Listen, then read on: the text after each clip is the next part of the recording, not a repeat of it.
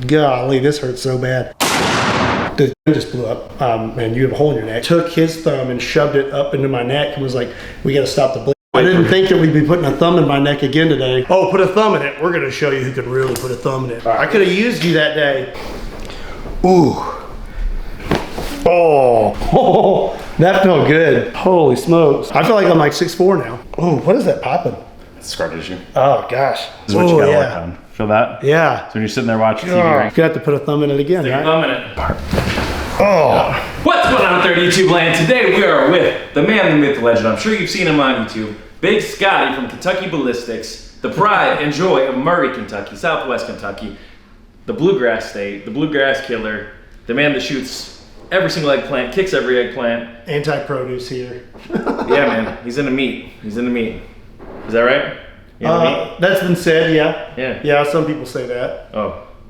He's into meat. He says that. He says that. So we went out and shot some stuff earlier, so make sure you guys go check it out on his channel. He introduced me to a couple interesting guns that I've never seen before. I shot them. There was some slime happening. There were pieces of gnomes flying everywhere. So if you're not checking that video out, you're missing out. If you're not subbed to his channel, make sure to go and do that. I'm going to stick that link below as well. And today we're going to talk about a couple injuries he's had. Obviously the one that is the most famous or infamous is the exploding 50 cal. The origin of the shirt that he's wearing right now, which fits up well with our channel, of course. And he's going to tell us what happened, what got him into YouTube, talk a little bit about his law enforcement career. So we're going to get into there. I'm going to make him squirm around a little bit, you know, how we do. And, it won't take much. Yeah. So, and his hip's out a little bit right now. He was trying to do rows of like 500 pounds, and then he tried to fix it by doing deadlifts, but his hip's still off a little bit.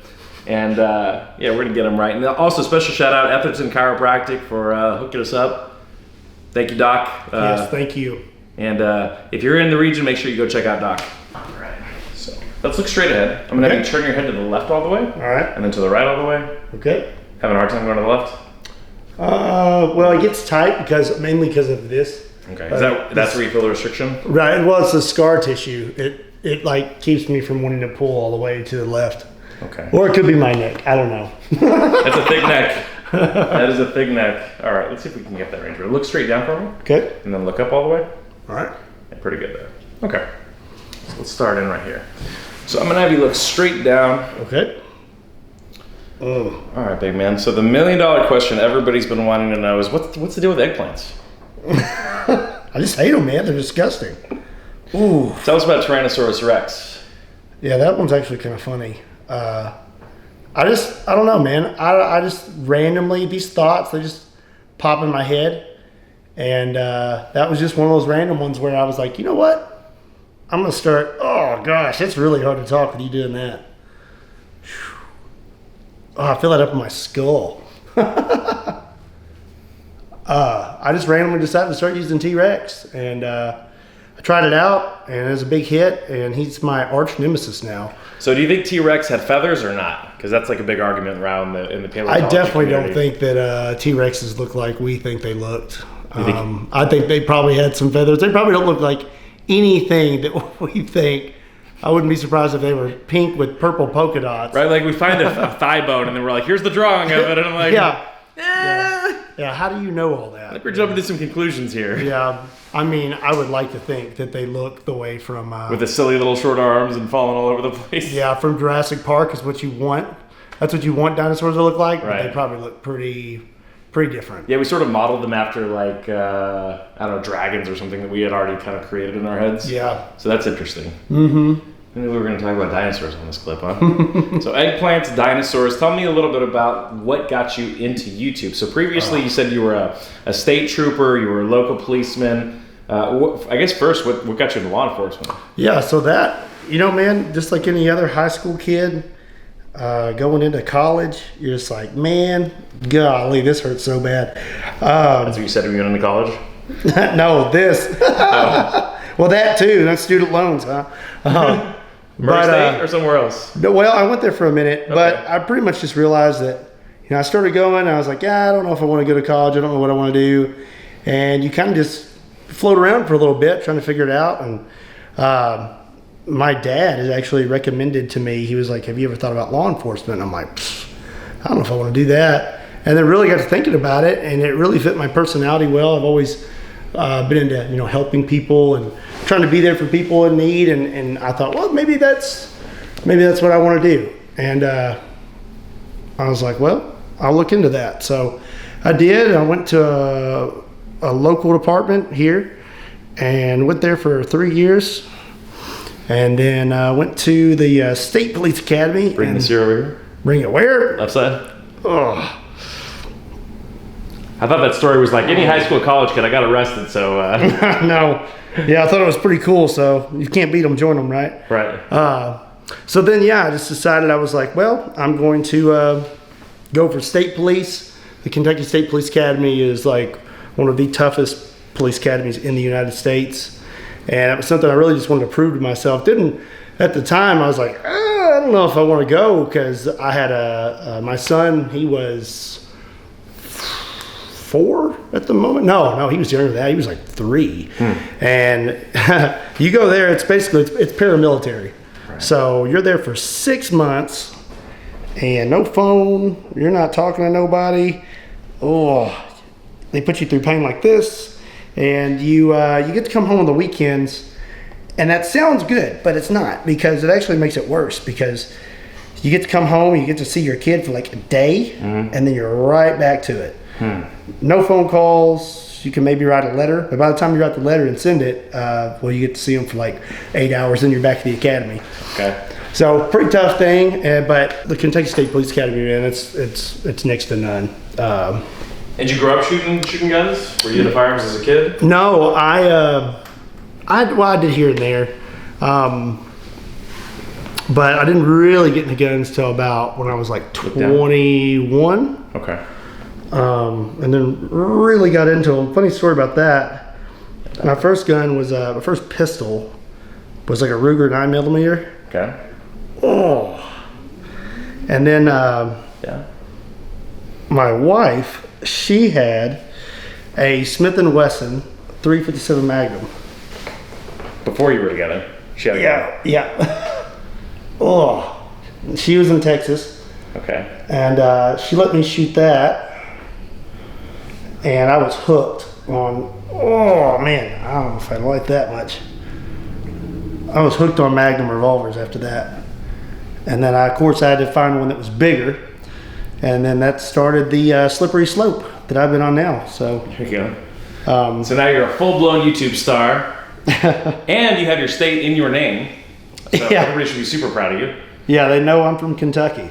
And you know what's funny is a lot of people still ask me, they're like, are you from Kentucky? I'm like, yeah. You're like, nope, I'm just co-opting. Well, I get it though. I understand that some people like, you know, it's like a culture, it's like a thing. Okay. So maybe you're, you know, just saying that you're from there, you know, it's just like a Kentucky, oh. Man, that So have you ever been to the Derby? I actually haven't. Okay. Never been to the Kentucky Derby. It's never really interested me. I'm not really into horses much.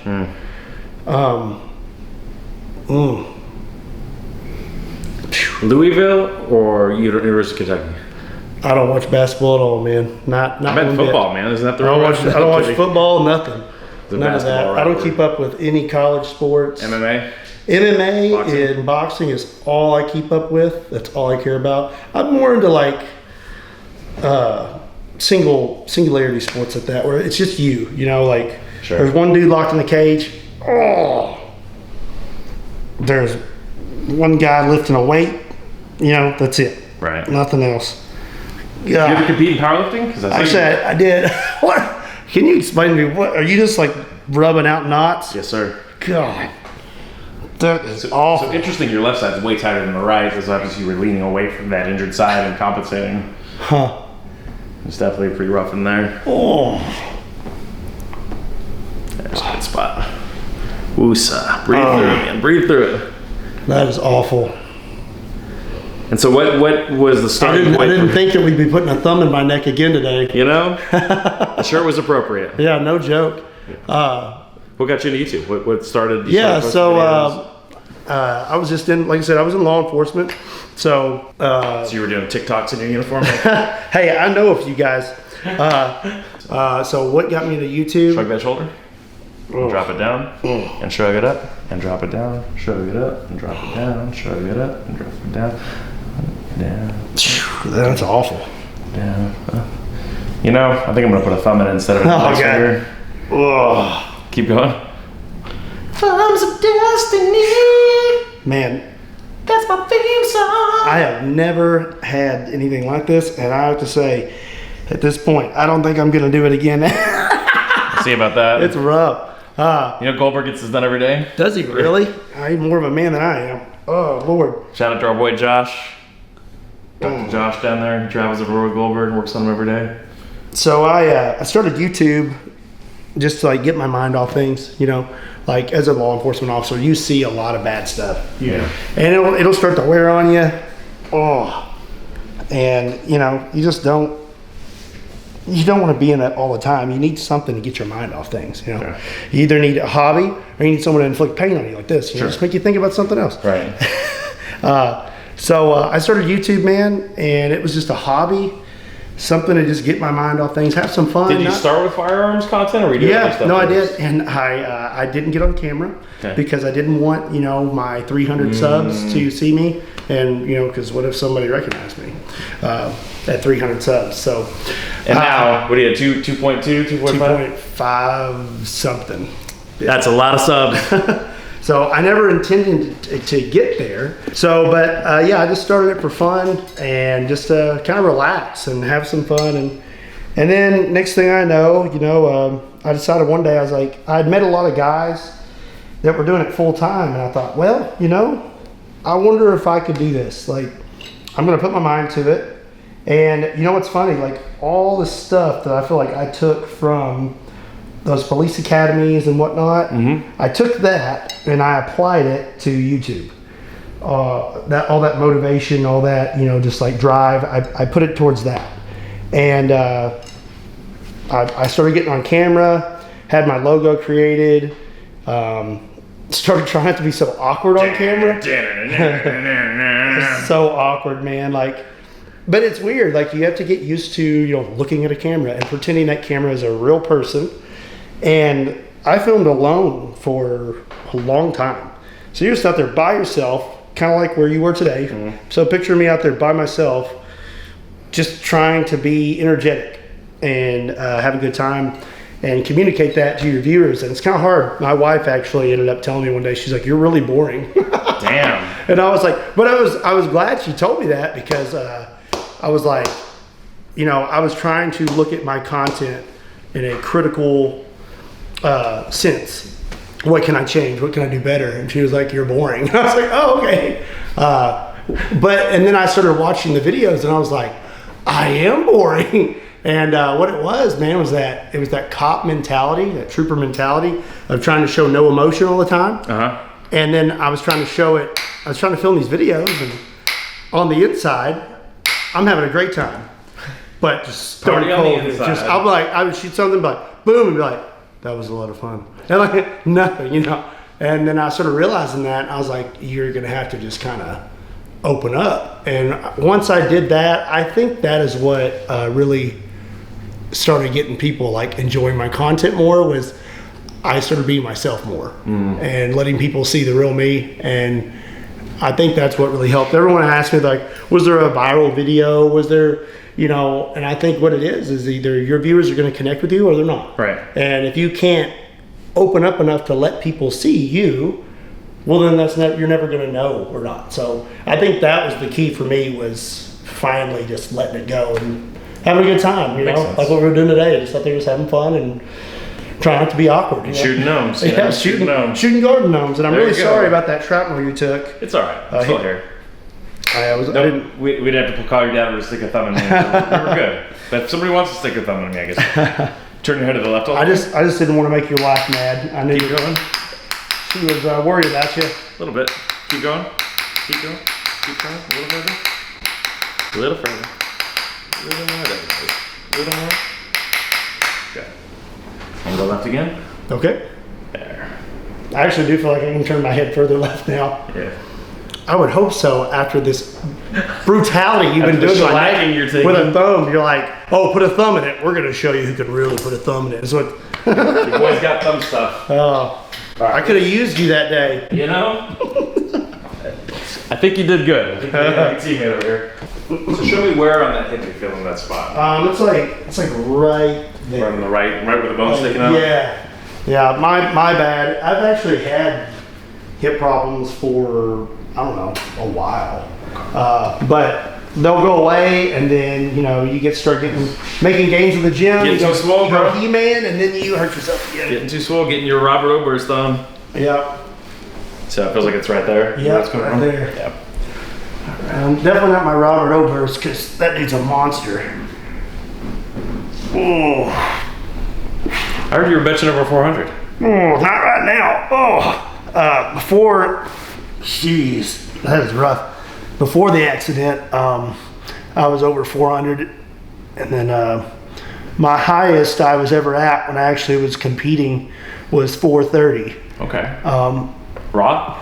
Yeah. That's strong, man. Yeah, but That's beast mode. 430 was not competition bench. That is me straining and butt coming off the bench. The heaviest I've ever done, like actual competition form, no butt coming off, was 400 even, was, with like your perfect, Raw. raw, yeah. Okay. 430 was butt coming up, feet moving, not, you would not get the three white lights. You got a lot of power in there. You don't have to be humble right now. Tell me about your muscles. And then, but I was always just bench, man. I never, I did deadlift a little bit. Yeah. But I was the same way until I tore my pec. Oh, geez. I haven't benched ever again. That sucks. It's all right. Oh, right there. Breathe through that. Awful. Breathe through it. All right, so YouTube started taking off, and obviously people know that you roll thick with some of the other gun homies. Other than your channel, what's the best GunTube channel? Other than mine? You can only choose one. Ooh, that's tough. You're making me choose between my friends. Yep. Who's your worst friend in the group? We're all good friends, man. I don't know, man. I would say I end up watching, so I don't watch my good friend Matt's videos much. Dang. And here's why though. I try to stay away because if you watch too much of someone else's content, you'll start mimicking them. And when I first started my channel, that was the number one comment was, "Oh, you're trying to be mad." It's like, I'm just shooting guns. Like, what are you talking about? So I'll watch his stuff occasionally, but I try to stay away from most of my friends' content. Really, okay. I'll watch Brandon Herrera. I'll watch his stuff just because I kind of get my news from him. Okay. With his gun meme reviews, it's like I'll listen to what he has to say and kind of get my info. But I try not to watch other gun content just because I try to stay original, and I don't want to mimic anybody. Okay. So I really don't watch a lot of them. But I still will go and like their videos and stuff just to support them. Most underrated YouTube channel that you don't think a lot of people know about? That's a good question. One that you watch that you don't think people doesn't have a lot of subs or whatever. Ooh, that's tough. Is there one you could think of? I'm trying to think. Who I actually watch. Because I watch a lot of. I mainly when I watch YouTube, I'm just keeping up with MMA news and stuff like that. Occasionally, I'll watch some Joe Rogan. I'm probably a lot like you. You probably don't have a whole lot of time to watch YouTube anymore because you're constantly making the content. But underrated channel, man, that's hard for me to say. I'm trying to go through my subscriptions in my head. I can't think of anything. All I do is watch YouTube. That's all you do? Do you watch videos on how to torture people? Is that what you? No, are those on YouTube? You can find. Are those on YouTube or somewhere? I would sub to if there was a channel like that. I don't know. Probably interview people and hammer people. I would definitely. If that was a channel, I would definitely sub to that channel. I would definitely like all the videos too. But well, when it comes to gun, if I was going to shout out, if you're trying to get into gun content, other than myself, I would shout out to Brandon Herrera, Demo Ranch, and Garanthem.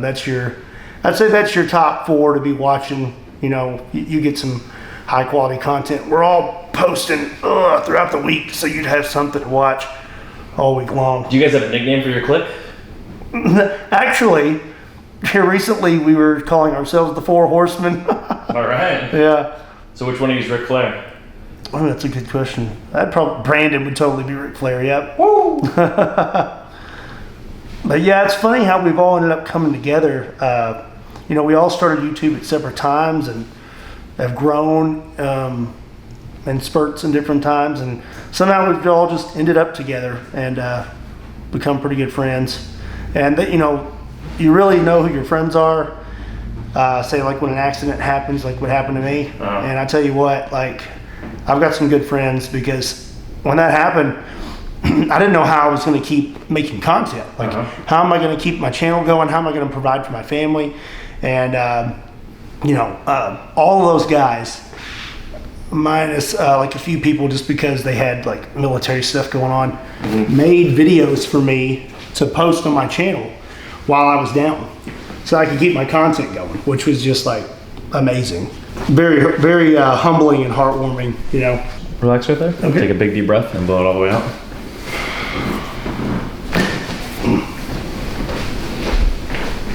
I can't feel my legs. I'm just joking. Luckily I can.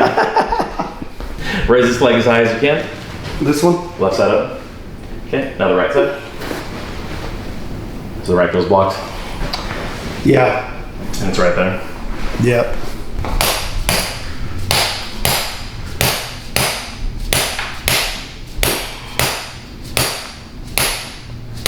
All right, raise that leg again. Good, back down. A little more down. There we go. Try that one again. Okay. Good, and the left side now. Good. One more down. There, right side up. How'd that one feel? Feels a lot better now. Yeah, I feel like I could move it higher. Yeah. Yes, one more. Good. And again. Yeah. Excelente. You think loosey-goosey thoughts. Think, my God, I'm about to get pulled apart. Oh. Good. Was I supposed to feel that in my hips? Yeah. Golly. Should've got all the way down. Jeez. No, that like, I felt like a pulse go through my hips. That's crazy. Bring it right there. Drop your right shoulder. Good. This one's gonna be up top. Lift your left side up. Good. Yeah, did it with a hat on and everything. You know? Relax that wrist. I can remove the hat too if you need me to at any point. I don't care. I just, man, my hips, that feels great.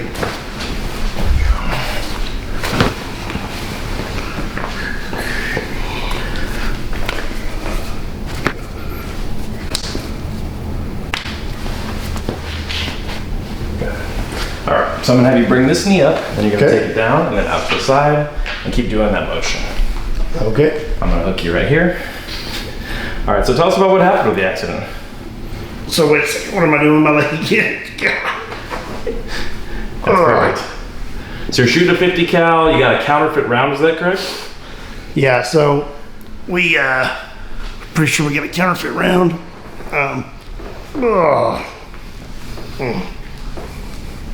Keep going. I'm not gonna be able to talk during that. That's awful.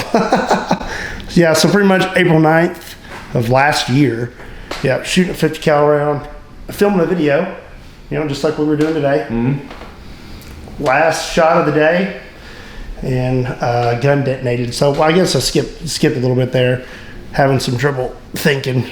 And we're gonna link that video in the description too, so if you guys want to see, he goes through all of it. But yeah, so pretty much I was shooting a fire hydrant, which sounds ridiculous, but you know, we're using a 50 cal with armor piercing rounds. Like, it's, you know, it's gonna make it to the fire hydrant, and I'm using a 50 caliber rifle, and we were using these rounds called slap rounds, which is like a saboed 50 cal, which for a sabot would be, say normally the round is 50 caliber. A sabot would be smaller than 50 cal, but they make up for the loss in diameter with a plastic like capsule around it, and it allows the round to go faster. So these rounds, they're pretty expensive. They're like $100 a round, and so I've been using them for a while, and I bought another batch, and I was under the impression that they were genuine military surplus. Mm-hmm. And take that and open down like that. Ooh. So didn't really think anything of it because we've been doing this. The rifle that I was using was made to actually shoot these rounds specifically, because you can't just shoot a slap round in, like, say, a Barrett 50. They're too tight of a tolerance. So you have to have like a looser chamber, like a machine gun chamber. And so this 50 caliber rifle was made. Start here. Yep. Oh, L like this? Yeah. Okay. To shoot those kind of rounds. Like I said, I've been doing it for months. No big deal, no problems. So this is the first round of the new batch. And so the first shot acted funny. The round hit like 5 foot to the left. And I was like, well, no, to the right. And I was like, well, that's kind of weird. And even though, like, you know, I don't really flinch or whatnot when I'm shooting that much, I thought, well, naturally you assume, like, well, maybe it's just me, the shooter. So,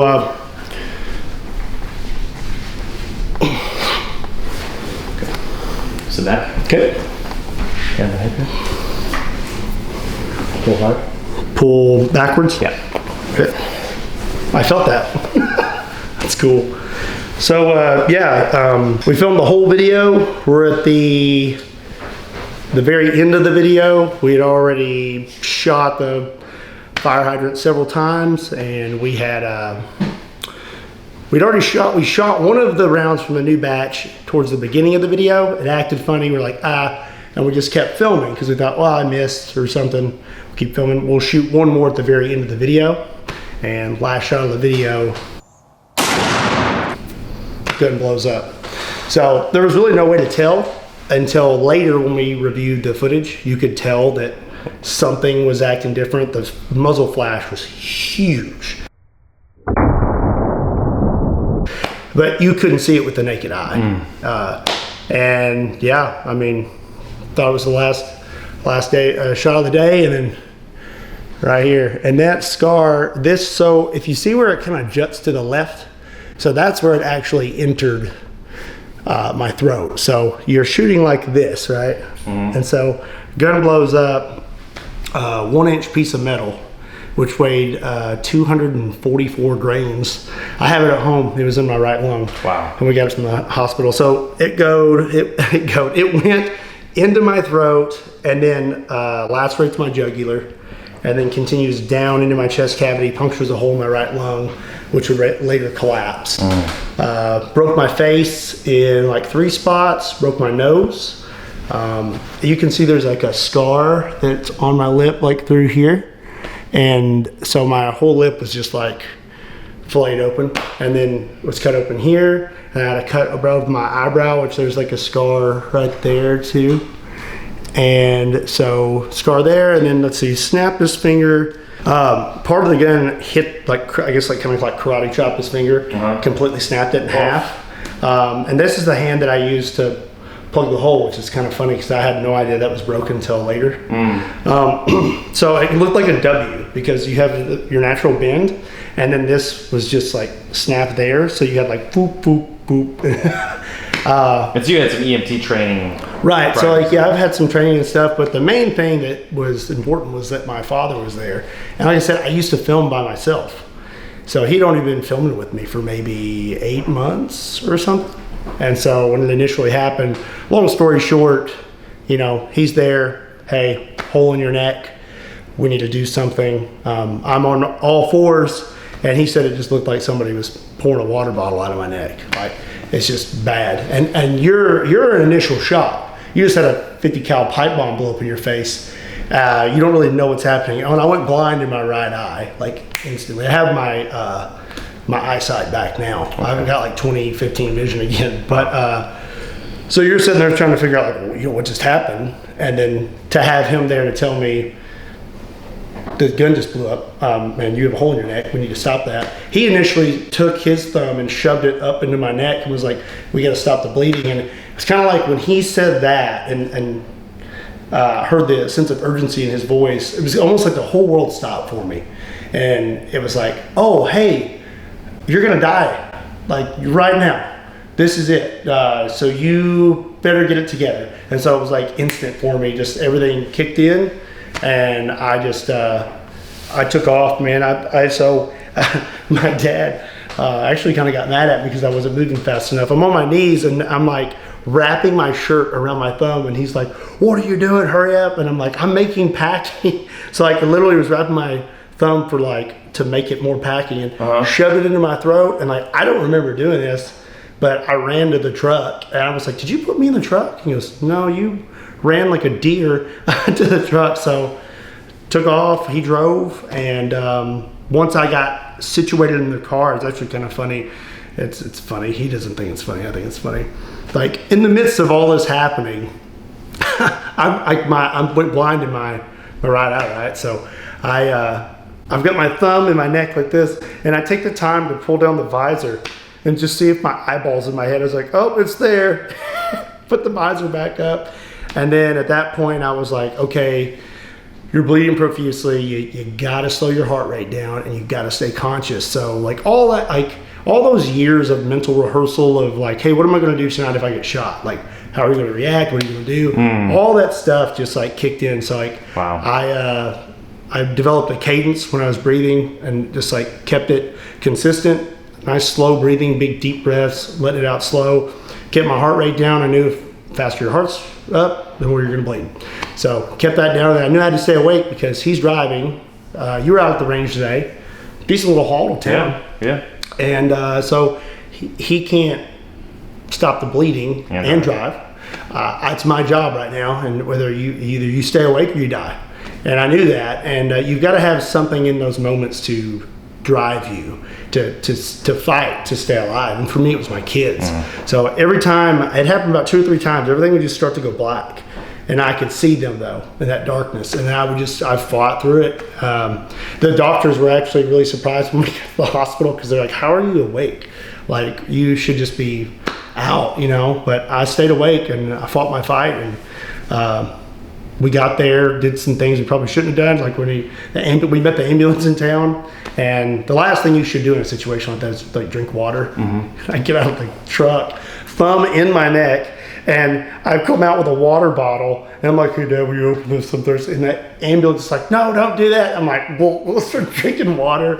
I actually started calming down a little bit and like making jokes. Like the people in the ER probably thought I was crazy, because like they told me they were gonna pull my thumb out, and I was like, "No, you're not." And so they did, and when they did, you know, I saw my finger, and I was like, "Oh, well, that's not good," and was just like joking around. So something really painful. I told them that, you know, besides the neck and everything, more pain. I was like, I can't breathe. I feel like there's a 400-pound man on my chest. And they, you know, they cut my shirt off, and they were like, you know, there's no holes. And I was like, I can't breathe. And they did a scan, and they found out that my right lung was collapsed. Right. And that's because the shrapnel went down, and it was setting in my right lung. And so the doctor comes in there, and he's like, "Well, normally we'd knock you out for this, but we don't have time. So we got to put a chest tube in." And, you know, I want to say that was like one of the most painful things I've ever felt. But after today, I want to say it's a close second. But they took big metal rod, big point on it. I mean, big rod. And they just threw it straight in your lung. Well, they told me, they're like, "We're going to cut you." They gave me the courtesy of numbing the top layer of skin. So I didn't feel the cut, but as soon as they went after that top layer, and the doctor, I was like, "This is not time to be flattering." He was trying to ram this through my rib cage, and he's like, "I can't get it in him. He's too thick." I'm like, "Okay, doc, like, you don't gotta I'm not that big, but he legit couldn't. He couldn't get it through my rib cage, and they were called a surgeon down. But right about that time, he finally gave it one good push, and it just went through the chest, and it hurt really bad, but it was also extremely relieving because once they put that tube in, you could just breathe again, you know. So that's the initial accident, and then pretty much after that, you know, I got knocked out. They flew me to Vanderbilt, and there they cut me from here, cut the whole sternum, and then the hospital actually didn't know that my jugular was cut. They had no idea because it was behind my collarbone. Okay. They find that out at Vanderbilt, so then they had to cut my collarbone too. And then they cut all the way up to here. So they had to repair my jugular by, you know, they clamp off the other side, and they told my wife that I most likely had a stroke during surgery because of that, the way that once they opened that back up, blood rushes to your brain, stroke. And I had lost so much blood. I don't know the right measurements, but somebody told me while I was there that I hold 8, they gave me 5 units of blood or whatever. So I don't know if it's more or less or it got exaggerated, but they told me I lost a tremendous amount of blood. So I repaired my jugular, got all the shrapnel out of my lung. They had to keep me open and then go back in that night to get more shrapnel out. And even then, months later when I had the pins removed from this finger, they found another piece of metal in my lip. So I probably still got some metal in me. Me too. We're metal, man. But yeah, repaired all that, repaired the lung, repaired the jugular, titanium wire to close me up. I had staples up my neck. Could not really see still, but I remember I could see some. And then I had to have surgery on this finger. They put a pin in here and a pin in there to keep that finger in place. I got titanium plates in my face on the cheekbone. I had a broken nose. Then started the recovery. But I went in there on a Friday, and I was out the following Saturday. Wow. They came in there with, what is it called? The thing where you breathe into it, and it shows you how much your lungs filled with? Spirometry. Yeah. So they hand me that. I'm all drugged up, you know, and they're like, we need you to get it to, you know, whatever, here. And I was like, you know, I got this. And it barely moved, and that's why I was like, oh, I'm messed up. Like, I am messed up. And then they told me it had to get to a certain spot before I go home. So I was just determined to get that, like, up there. And then I had 2 tubes coming out here, and then a tube coming out here, and a tube coming out behind my collarbone, all hooked up to this, like, box for drainage. So they would carry that and help me walk.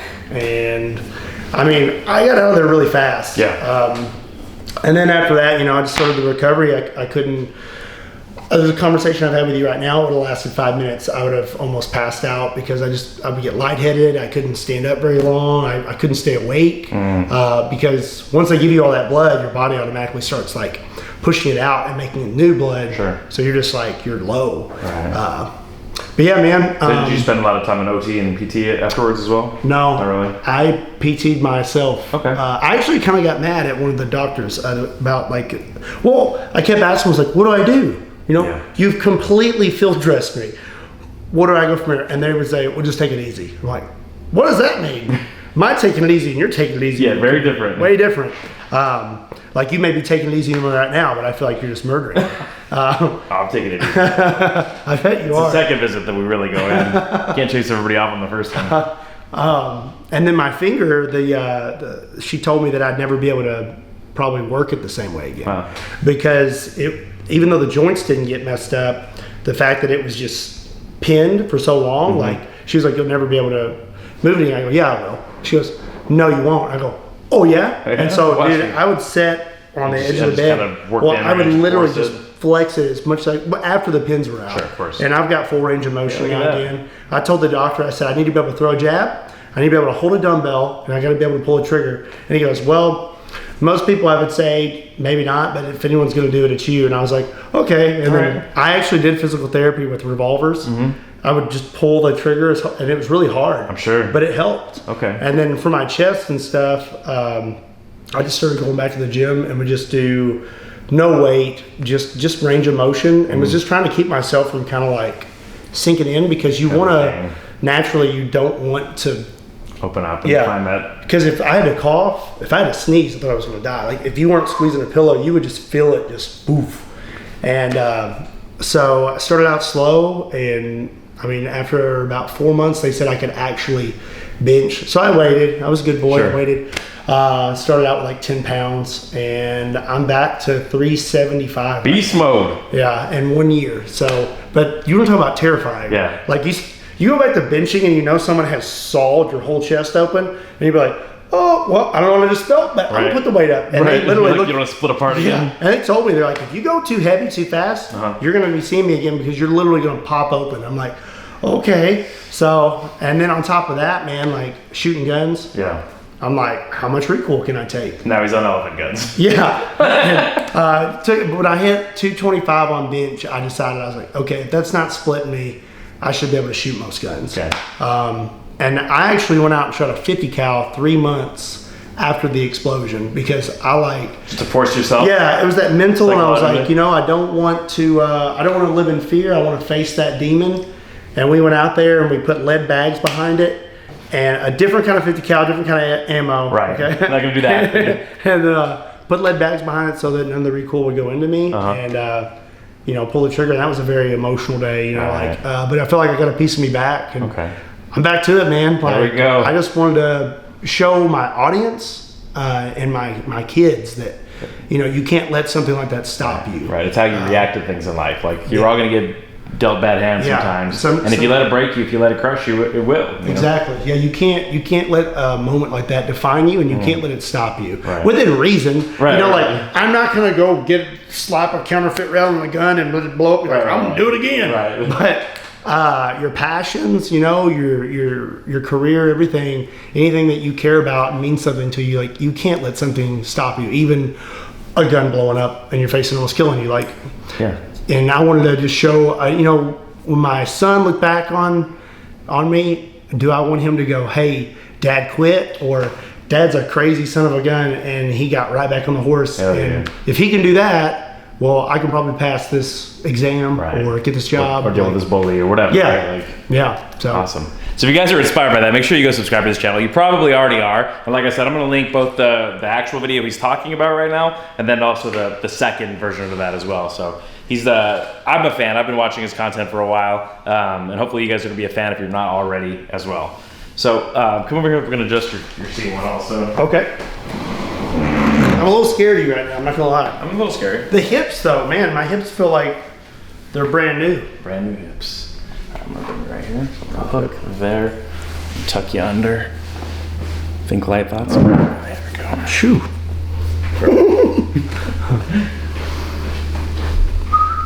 I'm like looking to see what he's evil bringing out device next. he's getting next. Evil. To my office. That's funny. Looks like a child's playroom.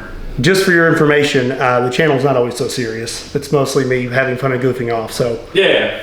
prepare to laugh if you check out the channel. That's not going to be just If you want to see me covered in slime, Yeah. Sorry again about the slime and the gnome good. shrapnel. I was ready for it. You know? So turn your head to the left all the way. All right. Yep. Ooh. Stick your lips out and howl. Ooh. Ooh. Yeah, it's definitely, yep. More like a than a howl. All right, come back to me. All right. And then that way again. And then tilt your head up a little bit and then Ooh. and then come back to me.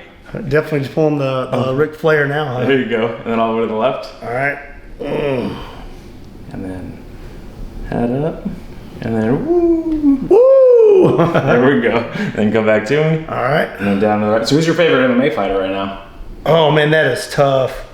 Okay, why don't you narrow it down to weight class? Because I've got my favorite in every weight class. Let's go male. Male only. Male only? Yeah. What weight though? Pick one. Just one weight? Okay. Who's your favorite in each weight class?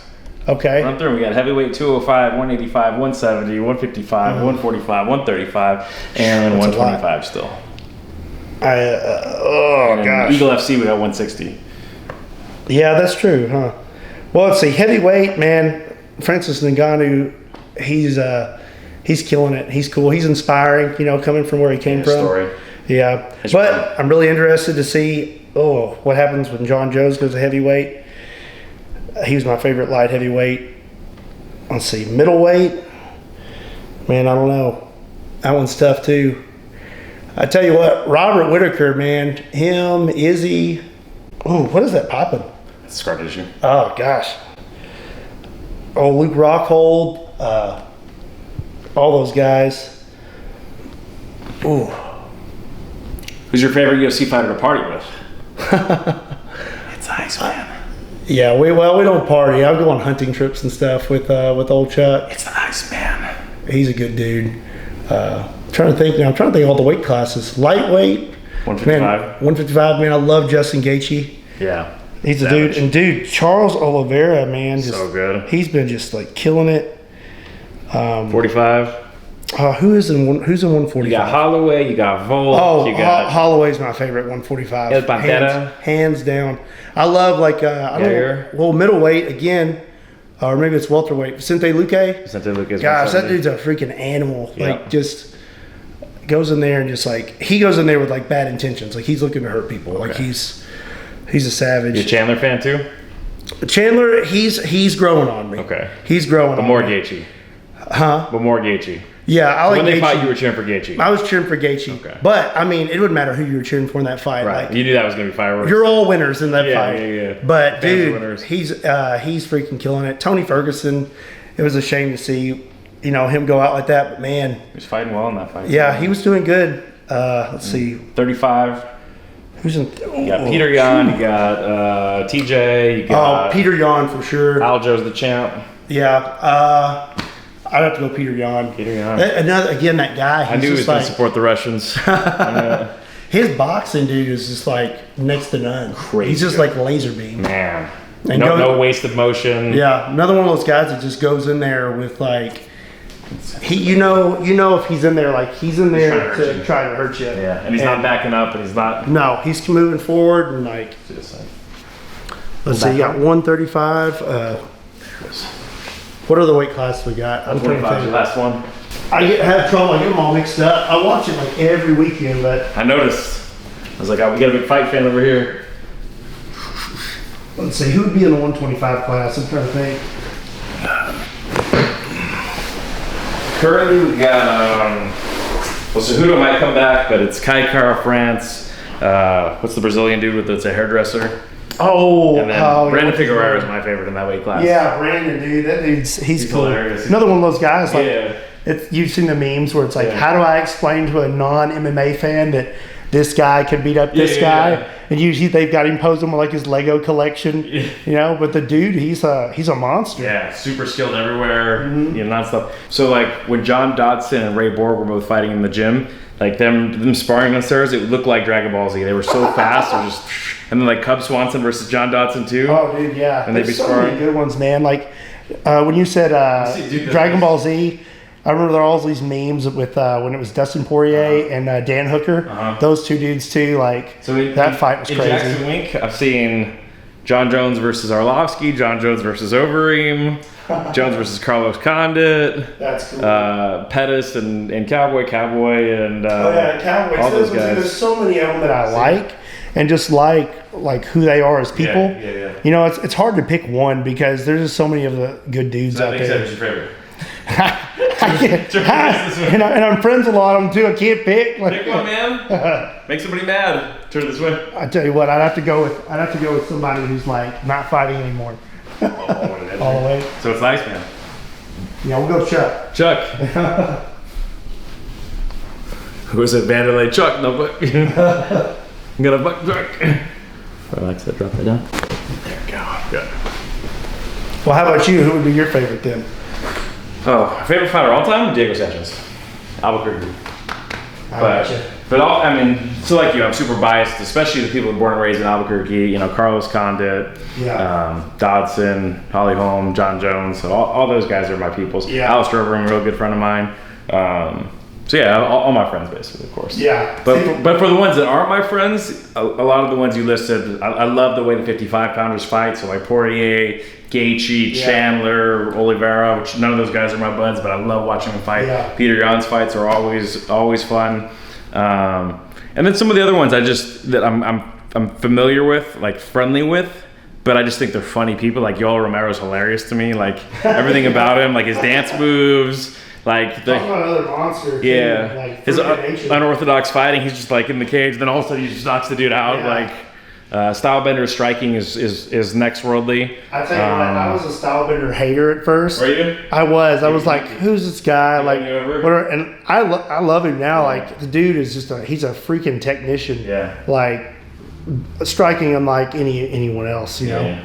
But yeah, at the beginning I was like, somebody needs to knock this guy out. And it's like now I'm like, He came in super cocky, talking all that. Stylebender is the dude, you know. Yeah. So yeah, a lot of them, and then his like personality, like I said, Derek Lewis, you know, hilarious. The way he fights is dope too. So like you said, a lot of them are just hilarious, dope people.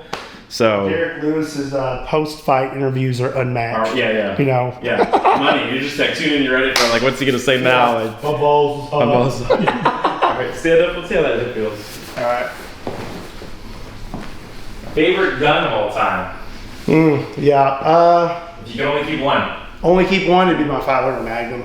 And people think I'm like joking when I'm like shooting those big revolvers. They're like, your hands have got to be sore or whatever. Like, I legit love it. Yeah. Like, it's just fun. It's adrenaline rush. And you can really tell who's a good shot or not when you can actually hit something with a gun that big. And if you can shoot a gun that big and not flinch, when you go back to doing like your regular 9s and stuff, I actually think it's a good training tool. Because if you can teach yourself not to flinch with a giant revolver, your 9mm is nothing. Right. And you can go back to that. And I'm actually a pretty mediocre shot, but when you watch this video, see who nailed the center. You did pretty good today. Yeah. Did all right. You did good. Oh, Lord. Relax completely and look up just a little bit. Oh, that felt good. Holy smokes. Let that one move, huh? I feel like I'm like 6'4" now. You're standing tall, for sure. We were a little closer earlier. Now Yeah, you done like extended me. man, he's full height now. I can't believe with my hip, dude. Like I feels can, good. yeah, I can like really tell a difference. Like when I came in here, I was just like throbbing. Yeah. But not anymore. Feels like it's engine good now. Yeah. Yeah. I feel like heat coming from my neck from where like you worked all that tissue. That pop, you said that was tissue? Uh-huh. Man, I believe it. So you got to work on that a little bit yourself, you know? Really? Yeah. I was wondering because Just out here on the, so stay away from the scar area, but like out here, this is what you Oh, got to yeah. work on. Feel that? yeah, So when you're sitting there watching TV, Yeah. hanging out with the family, you just take your finger and work on that and break it up. gonna have to put a thumb in it again, Stick your right? thumb in it. God, There it is. that hurts. Like it, you know, like you can like after you're done, you're like, wow, that feels great. But like when you're doing it, you're like, oh my gosh, like please stop. Oh, yeah. This, what were you doing back here? The base of the skull, that's where all those muscles tie in on the skull right there. So Yeah. when they're tight, they'll give you headaches and tension back there. Dang, dude. I don't know. I would probably do it again. I probably would. Like in the moment, you're like, as soon as I'm out of here, I'm never doing this again. But I feel great. That's the game. And after being just like all the injuries, I probably need it more than most. For sure. So You feel you can open up better there now? yeah, I feel great. Yeah, thank you so much. Yes, sir.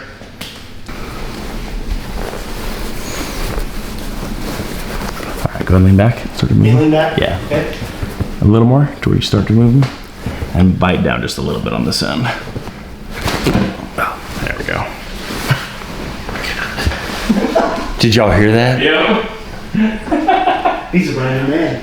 Yeah. It popped down yeah. here Yeah. and it popped up here. Yeah. Yeah, but I needed that so bad. I've been trying to get him to go to the chiropractor for Thank you.